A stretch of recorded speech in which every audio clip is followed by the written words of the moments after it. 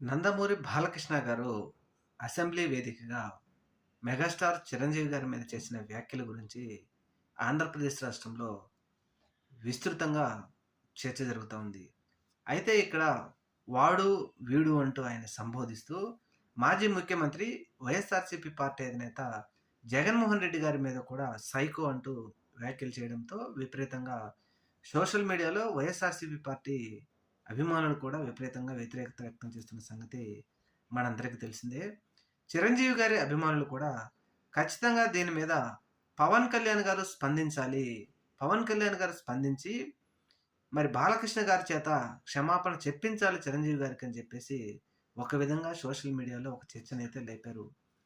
మరి ఎందుకనో తెలీదు గానీ అసెంబ్లీలో బాలకృష్ణ గారు చేసిన వ్యాఖ్యల మీద జనసేన పార్టీ అధినేత, ఆంధ్రప్రదేశ్ రాష్ట్ర ఉప ముఖ్యమంత్రి అయినటువంటి పవన్ కళ్యాణ్ గారు మాత్రం స్పందించకపోవడం బాధాకరం అంటూ పెద్ద ఎత్తున చిరంజీవి గారి అభిమానులు మాత్రం ఇప్పుడు కోప్పడుతూ ఉన్నారు.